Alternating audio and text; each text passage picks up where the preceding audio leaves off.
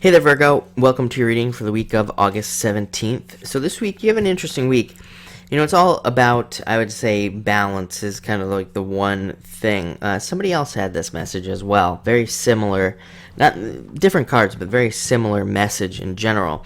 You have two cards that link up together, which actually does not happen as often as you would think in a reading, and it's an interesting combination, so we're going to definitely touch on that. But the first card you have is the Six of Spades. Great card to get. This is my momentum card. It's all about building momentum in your life, like just momentum building in your life in general, things moving forward. If things have felt like stuck and things like that, I think you'll start to see things slowly moving forward in your life, for sure. I mean, like I think you'll finally feel like you're moving at least in the right direction.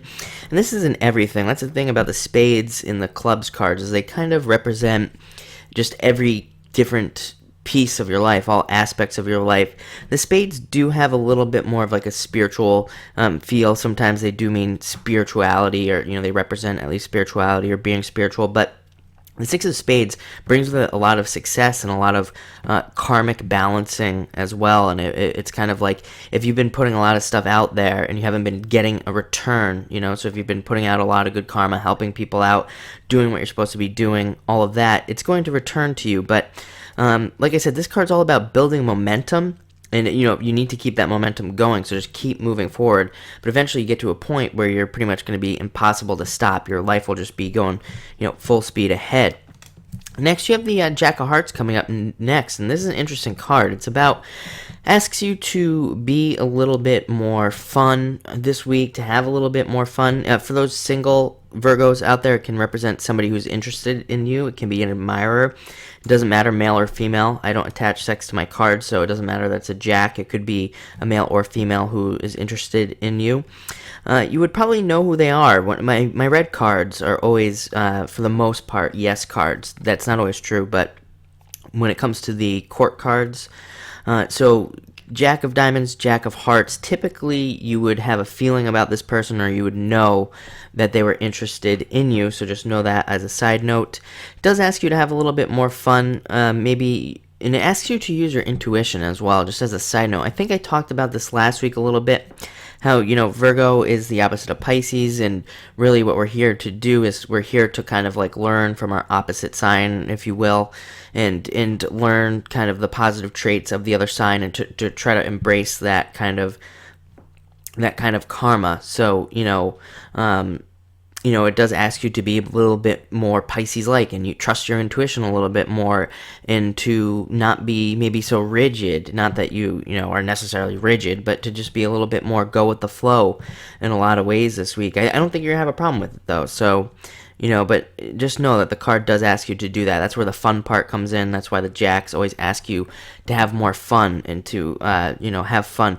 Despite what some people think. I mean, some people think that the universe is out to get us or whatever, but really the universe wants us to be having fun. Fun is a great energy to put out there, and it attracts more of that to us. So, I always tell people, even if you don't think you have money to go out, at least go out and, you don't have to spend a ton of money, and just have fun, because then you're attracting more of that to you. The universe will attract more money to you so that you can keep doing it, and, the whole cycle takes place. So go out there and have fun for sure. You have the Ten of Spades coming up next. This is it's a weird card to get, I will be honest. It's a card that, in a lot of ways, it's kind of like a mixture between the Death card and the Ten of Swords and the Tarot, but I mean, that doesn't even do it justice in a lot of ways, but it is similar to Death card, not exactly the same, but it does represent kind of leaving things behind, needing to let things go. Again, that comes with the whole Virgo being the opposite of Pisces thing, and letting things go, letting situations go. So you might see yourself letting something go. I would actually say that you will be very positive.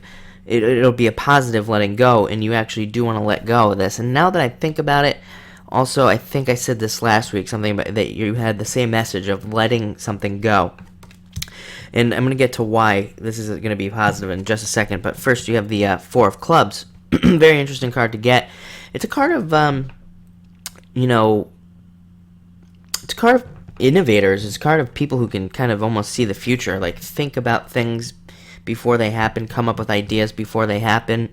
But it's a very positive card to have, and it asks you to take a balanced approach to a situation. So if you're working on something like trying to get a relationship, or trying to start a business, or trying to get a new job, or trying to make your job better, whatever it is you're trying to do this week, it's actually saying don't work too hard on it, which might be a weird message, but it's saying to take a balanced approach. So it's saying your whole entire life needs to be in balance for you to get what it is that you're going for. So that might mean you might think that, like, oh my God, I have to work so hard to accomplish this goal, to get this job, to meet this person, to do this, to do that. But this card says don't do that. It says make sure everything's in balance. Kind of the double whammy here on this whole situation is you got it with the Six of Spades. These two cards, they are a match when it comes to reading cards, and they go together.